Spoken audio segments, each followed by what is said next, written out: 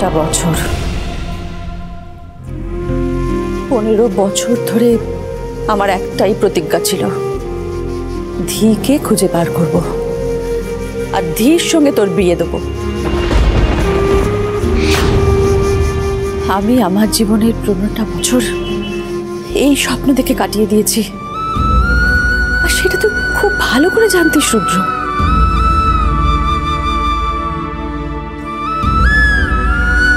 সেই স্বপ্নটা যখন পূরণ হওয়ার সময় হলো, ঠিক তখনই তুই এটা ভেঙে গড়িয়ে দিলি, এই মেয়েটাকে বিয়ে করে এনে। তোকে নিয়ে আমার খুব গর্ব ছিল রুদ্র, কোনোদিন তুই আমার কথার অমান্য করিসনি। আজ সেই গর্বটাও তুই চূর্ণ করে দিলি। কেন কেন রুদ্র, কেন আমাদের তুই এইভাবে কেন অপমান করলি? কি এমন জাদু করেছিল এই মেয়েটা তোর উপর? তোর উপর আমাদের অনেক আস্থা ছিল, অনেক ভরসা ছিল। তুই জানিস না আমরা কি করেছি তোর জন্য? তুই তার এই প্রতিদান দিলি। আর তোর মহেশমতি নিজের রক্তের চেয়েও বেশি তোকে বিশ্বাস করে এসেছে। ওর নিজের ব্যবসার ভার ওর নিজের পরিবারের লোকেদের উপর দেয়নি, তোকে বিশ্বাস করে তোকে দিয়েছিল। ভালোবাসার এই মর্যাদা দিলি? মা কি সেটা বুঝবেন? এবারে কি একটু রুদ্রর বদলে পিকুর ওপরে ভরসা করবেন? কিন্তু রুদ্র ছাড়াও তো আরেকটা নতুন গলার কাটা এসে বিঁধেছে, ধী। আর ধী ভোলানাথ যাকে তোর জন্য ফিরিয়ে দিলেন, তার সঙ্গে তোর আজকে বিয়ের দিন। ধীর কথা কি তোর একবারে মনে হলো না?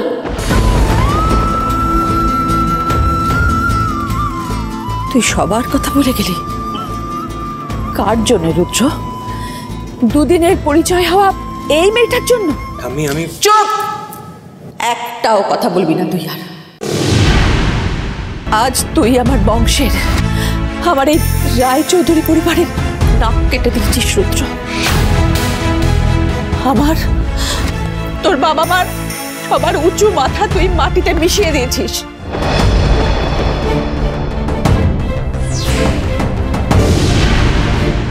আমি তো 15 বছর আগেই মহেশ্বরীকে কথা দিয়েছিলাম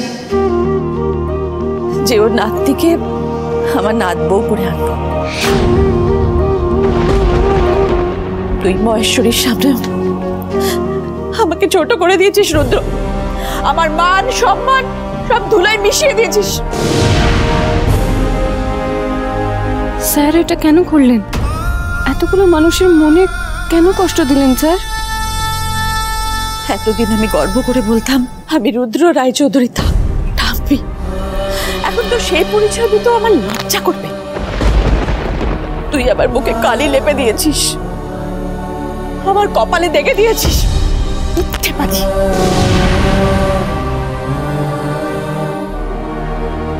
আমি আমার নাতের ওপর ভরসা করে একটা মেয়ের জীবন নষ্ট করে দিলাম। আমার নাতিকে বিশ্বাস করে একটা মেয়েকে আমি মিথ্যে স্বপ্ন দেখিয়েছিলাম। আমার সে বিশ্বাস তুই ভেঙে দিলি রুদ্র, আমাকে মিথ্যেবাদী বানিয়ে দিলি রুদ্র। সবার চোখে আমাকে এতটা নিচে নামিয়ে দিলি। মা মা তুমি ছেড়ে দাও, মা ছেড়ে দাও। তুমি কাকে বলছো তুমি এসব? দেখছো না ও নিজে ভুল করে নিজের ভুলটা স্বীকার করছে না। ও নিজে ভুল করে ও আমাদের দিকে আঙুল তুলছে। আমরাই নাকি ওর জীবনটাকে নষ্ট করে দিয়েছিলাম, আমাদের সিদ্ধান্ত ওর উপর চাপিয়ে দিয়েছিলাম। এসব কথা ওকে বলে কোনো লাভ হবে না মা।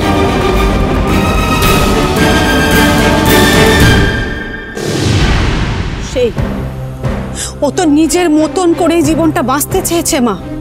আমরা বুঝতে ভুল করেছি যে ও এতটাই স্বাধীন চেতা যে সেখানে আমাদের কোনো মূল্য নেই।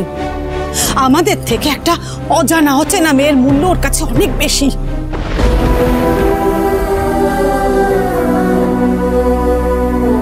তুই নিজের জীবনটা নিজের মতো বাঁচতে চাস তো তাই বাঁচ, তবে একটা কথা মনে রাখিস রুদ্র,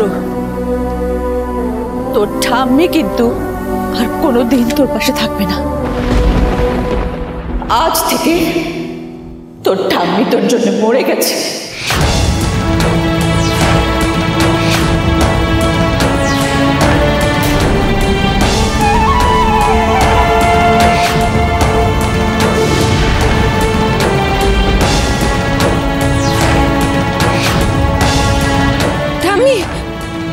না, আপনি এইভাবে ভেঙে পড়বেন না। আজকে যা হয়েছে সবকিছুর জন্য আমি দায়ী, কিন্তু বিশ্বাস করুন আমি জানতাম না। থামো তুমি, একটা কথাও বলবে না। আমাদের পরিবারের ব্যাপারে নাক গলাবার সাহস তোমাকে কে দেয়? রুদ্র তোমাকে বিয়ে করে নিয়ে আসতে পারে, তাই বলে আমাদের পরিবারের সঙ্গে তোমার কোনো সম্পর্ক নেই। মা মা তুমি শান্ত হও মা, তুমি শান্ত হও। কল্পনা তুমি মাকে সামলাও, আমি দেখছি মা, মা আমি দেখছি। প্রতাপ, দেখার আর কি আছে? এখানে বাইরের কিছু লোকজন আছেন, আমাদের উচিত তাদের কাছে ক্ষমা চেয়ে নেওয়া। আপনারা তো সবই শুনলেন, সবটাই দেখলেন। আমি আপনাদের আমার ছেলের বিয়ে উপলক্ষে নেমন্তন্ন করে এসেছিলাম, কিন্তু বাড়িতে যে এমন অবস্থা হবে আমি ভাবতেও পারিনি। আপনারা আমাকে মাফ করবেন।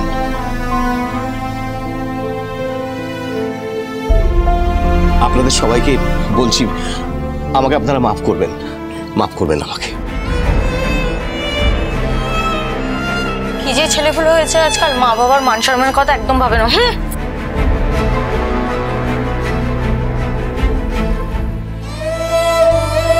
শুনলি ওরা কি বলতে বলতে গেল? শুনলি? বাইরের লোক চিরকালই গসিপ করতে ভালোবাসে। তুই ওনাদেরকে গসিপ করার খোরাক জোটালে ওনারা তো গসিপ করবেই, তাই না? তোরা সেই গসিপে কান্না দিলেই আর প্রবলেম হয় না। আর তোমাদের এটা মেনে নিতে কষ্ট হলেও এটাই বাস্তব যে গৌরী আমার স্ত্রী।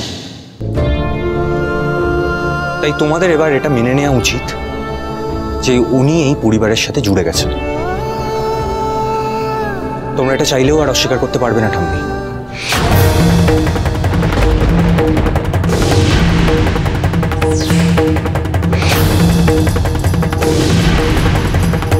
আজ আজ এই সব কিছুর জন্য দায়ী আমি। আমি আমি আমার ছেলেকে সঠিক শিক্ষা দিয়ে মানুষ করতে পারিনি, তাই আজকের এই সব অপারগতা শুধু আমার। কেঁদো না, কষ্ট পেও না, শান্ত হও, কেঁদো না। প্রতাপ, একটা কথা বোঝো যে বাবা মা একটা বয়স পর্যন্ত ছেলে মেয়েদের শিক্ষা দীক্ষা দিয়ে বড় করতে পারে, তারপরে পরিবেশ বন্ধু বান্ধব থেকে ছেলেমেয়েরা শিক্ষা নিয়ে ভালো হতে চাইলে ভালো হয়, খারাপ হতে চাইলে খারাপ হয়।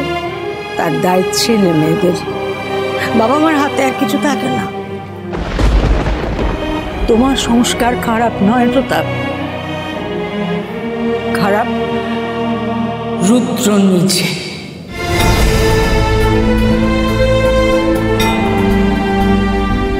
রুদ্র খারাপ, আর এই মেয়েটা ওর মাথাটাকে একেবারে শেষ করে দিয়েছে।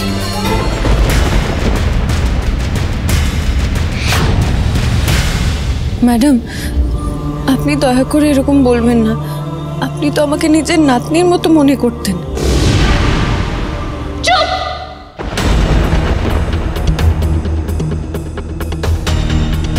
একদম চুপ! তোর লজ্জা করছে না এখানে দাঁড়িয়ে নাটকটা করতে? এটা তুই করতে পারলি গৌরী? আমার প্রতি এত হিংসে তোর? এইভাবে তুই নিজের রাগটা আমার উপর দিয়ে বের করলি গৌরী? রাগ? কিসের রাগ আমি বের করবো তোর উপরে পিয়া? সেই ছোটবেলা থেকে আজ পর্যন্ত তুই আমাকে শুধু হিংসে করে গেছিস, সবসময় আমার সঙ্গে শুধু কম্পিটিশন করেছিস। পিয়ার কাছে টাকা থাকলে আমারও টাকা চাই, পিয়ার কাছে ভালো ব্যাগ থাকলে আমারও ভালো ব্যাগ চাই।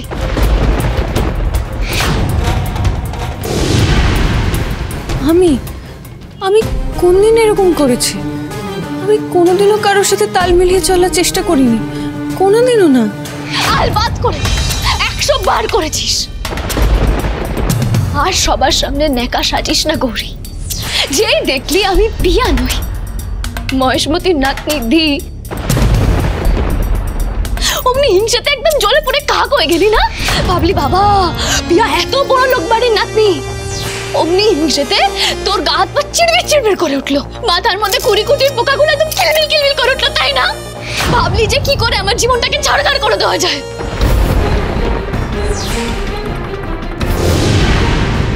যেই দেখলি যে রুদ্র রায়চৌধুরীর সঙ্গে আমার বিয়ে ঠিক হয়েছে, অমনি রুদ্রকে ভাসিয়ে ফেলার মতলব বেটে ফেললি। ভেবে ফেললি যে আমার কাছ থেকে তো আমার মহেশমতিকে কোনোদিনও কেড়ে নিতে পারবি না, আমার কাছ থেকে আমার পরিবারকে কোনোদিনও কেড়ে নিতে পারবি না। কিন্তু তাতে কি হয়েছে? আমার কাছ থেকে আমার আগামী দিনের সুন্দর ভবিষ্যৎটা তো কেড়ে নিতে পারবি, আমার হবু বরকে তো কেড়ে নিতে পারবি। ব্যাস, নিজের এই নেকা নেকা ভালো মানুষই দেখিয়ে ফাঁসিয়ে নিলি রুদ্রকে। এই সবটা তোর প্ল্যান, এই সবটা তোর চালাকি গৌরী। না পিয়া, তুই ভুল ভাবছিস, ব্যাপারটা মোটেই এরকম নয়।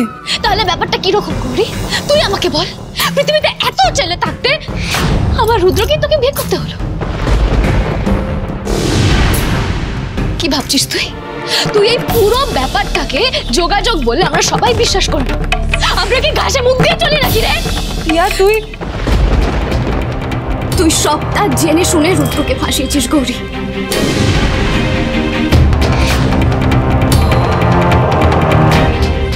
আর রুদ্র আমাকে এক মুহূর্তে নিজের বিয়ের কথা ভুলে গেল।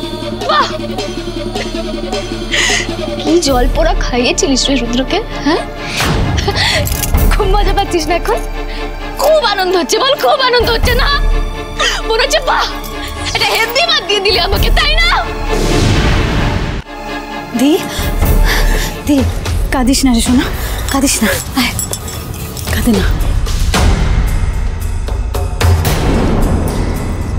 তোর কান্না দেখে আমার বুক ফেটে যাচ্ছে দি। বৌমনি, দেখো আমার কথাগুলো একবার শোনো। মনে মনে তো খুব হাসছো বৌমনি, আমি কি আর জানি না। কাঁদিস না রে সোনা, কাঁদিস না। শান্ত। রুদ্র, তুমি এটা কেন করলে বলো তো? আমার এই ফুলের মতন ভাইজিকে তুমি কেন এতটা কষ্ট দিলে? হ্যাঁ কাকাই, গৌরী আমার উপরে বদলা নিল কাকাই।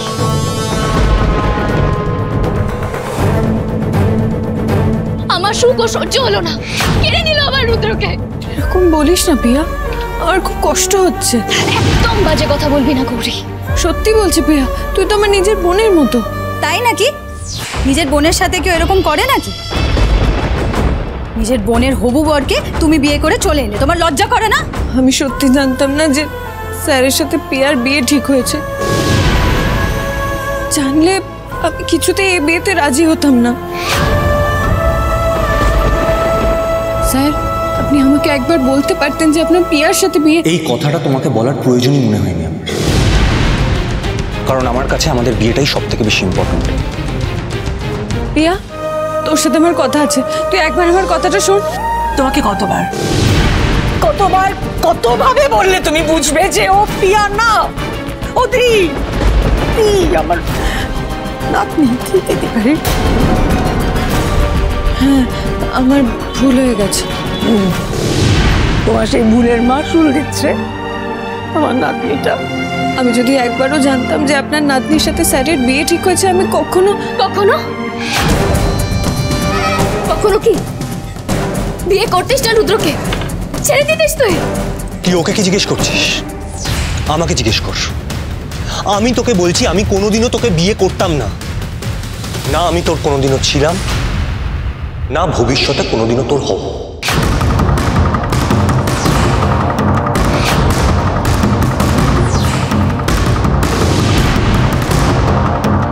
কারণ আমি একমাত্র গৌরীকেই ভালোবাসি।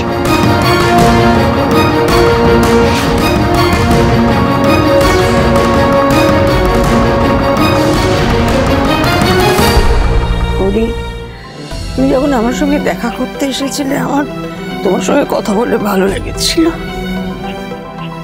দু একটা কথা বলেছি কি বলিনি, একেবারে আমার বাড়ির ভেতরে ঢুকে চলে এলে।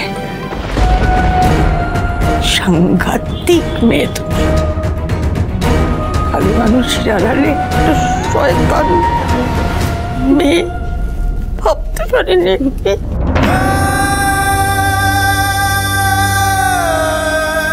এটা ওর অনেক পুরনো অভ্যেস মহেশমতি।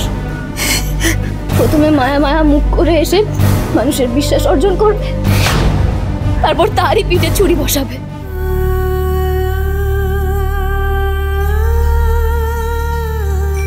আমরা তোমার কি ক্ষতি করেছিলাম যে আমাদের তুমি এত বড় ক্ষতি করলে?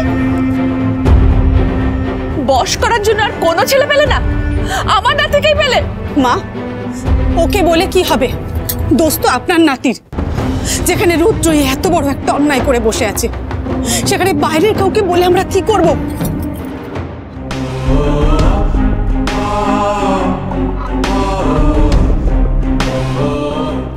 রুদ্র তো এই ভুলটা একা করেনি, এই মেয়েটা করিয়েছে।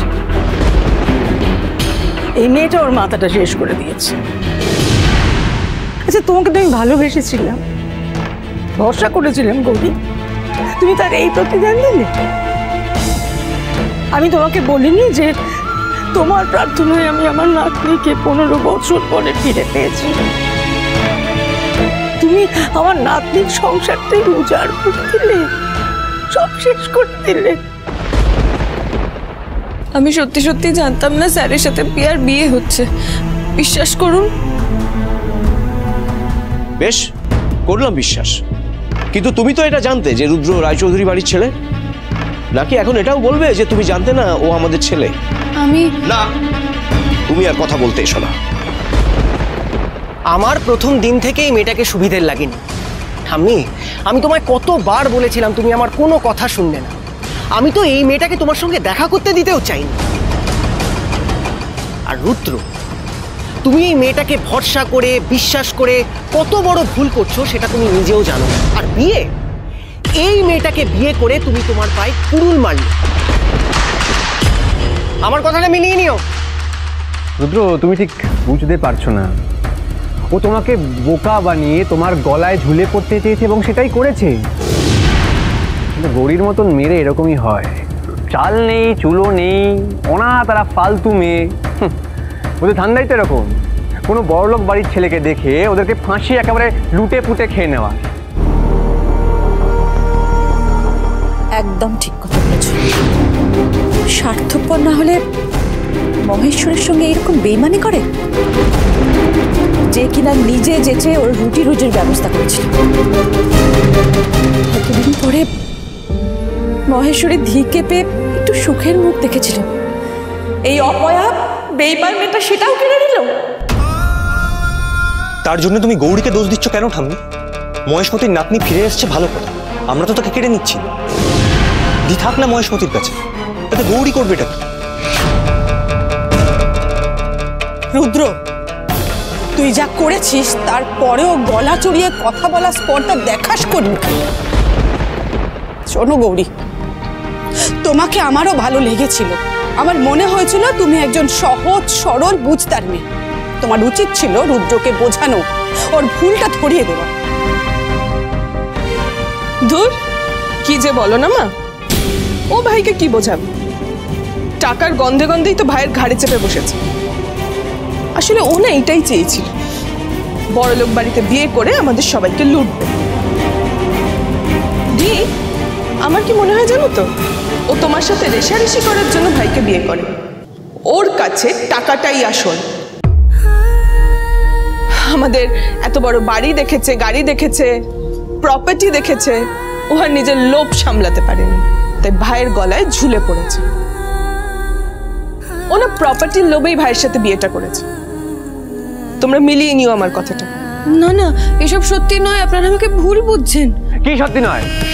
এখন আর অনাথ আশ্রমটা নেই তো? হ্যাঁ, কিন্তু আবার কি?